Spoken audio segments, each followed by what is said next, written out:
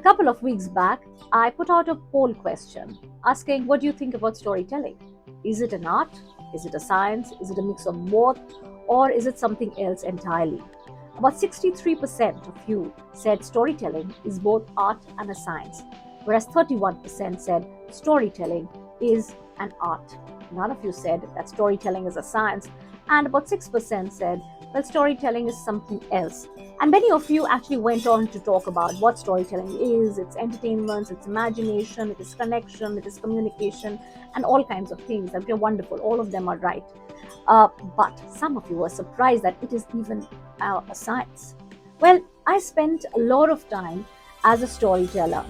And in my years in storytelling, or being a storyteller who also taught storytelling and used it for many different applications, I've realized that storytelling is definitely an art. It is something that can be acquired, it can be learned, but storytelling is also a science.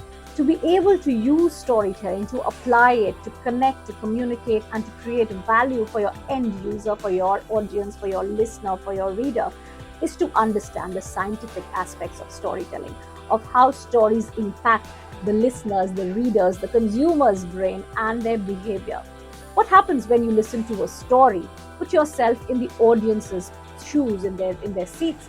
When you're watching a film in a darkened theater, when you're reading a story from the front cover to the back cover, you are sucked into the world, you're sucked into the narrative that the storyteller creates for you. Your mind works ahead of its time, trying to put the pieces of the narrative together, trying to predict where the story is going, what's going to happen next, what the character is going to say next, what is going to be the dilemma, and how the character will solve that dilemma. You are so consumed in the narrative that your brain, your body is working ahead. You also feel a lot of emotion. Stories are nothing but emotions, and we know that an emotional reaction to a story is how we feel, is when our brain responds to the story. The serotonin, the oxytocin, the dopamine that is released. There have been scientific studies that show that the listener's brain responds exactly the way the teller's brain does. And there are studies which show how the listeners respond to a story just with the way the teller has been telling it. Well, all of this is possible because scientific inquiry has gone into understanding what happens to listeners when they are listening to stories. I've also had people who tell me that storytelling will not work because they are afraid of surrendering to the power of a story. Stories make people feel, think, respond differently, and they don't want to lose this control on themselves, because stories ultimately work the way they are supposed to be working if they are told well. So yes, it's both an art and a science, and to be able to use it strategically, you need to, when I say this word strategically with a lot of emphasis, because you can tell stories for various purposes. You can tell stories for expression. But I have a story and I need to tell it. It's not for anyone. I'm not trying to use it. I'm not trying to manipulate anyone with my story, or influence anyone with my story, or inspire anyone with my story. I have a story and I just need to tell it. And that is a form of expression. It is not about using storytelling strategically.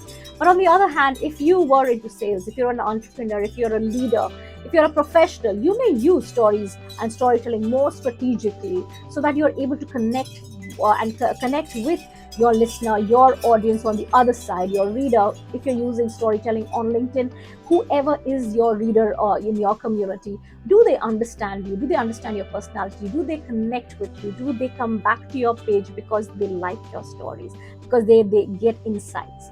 The hows and the whats and the who's, all of that, the story is made up of all these interesting things which help you put your knowledge, put your experience in perspective, in context for your community, so that you can tell a story and bring your community closer to you, who you are and what you have to offer to them. Now, all of this is possible if you're using stories and storytelling strategically.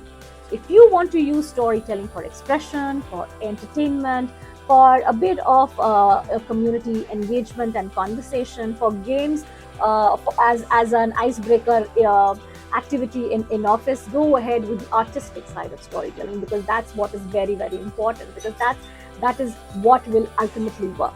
But if you're going to use it to engage with your listener, with your audience, to communicate who you are, what you have to offer, why do you do what you do, your understanding the scientific aspects of storytelling is very, very, very important. Now, in my work as a storyteller, particularly the way I train and coach people, I've come to understand that I have to downplay the artistic side because that's what sells more. That's what gets people a bit intimidated into the world of storytelling. But I'm not a great speaker. I don't know when to pause. I don't know when to how to make it interesting for people.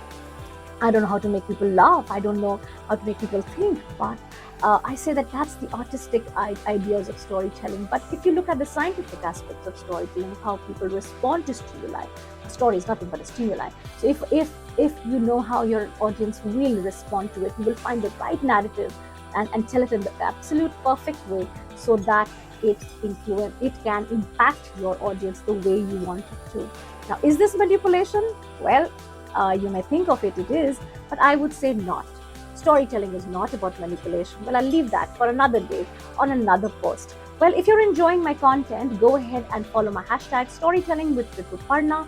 I'm building a community of storytellers on LinkedIn. So if wherever you are, follow me on LinkedIn, come join my community, come share your stories. Let's connect with our common pool of stories that we have. Until the next video.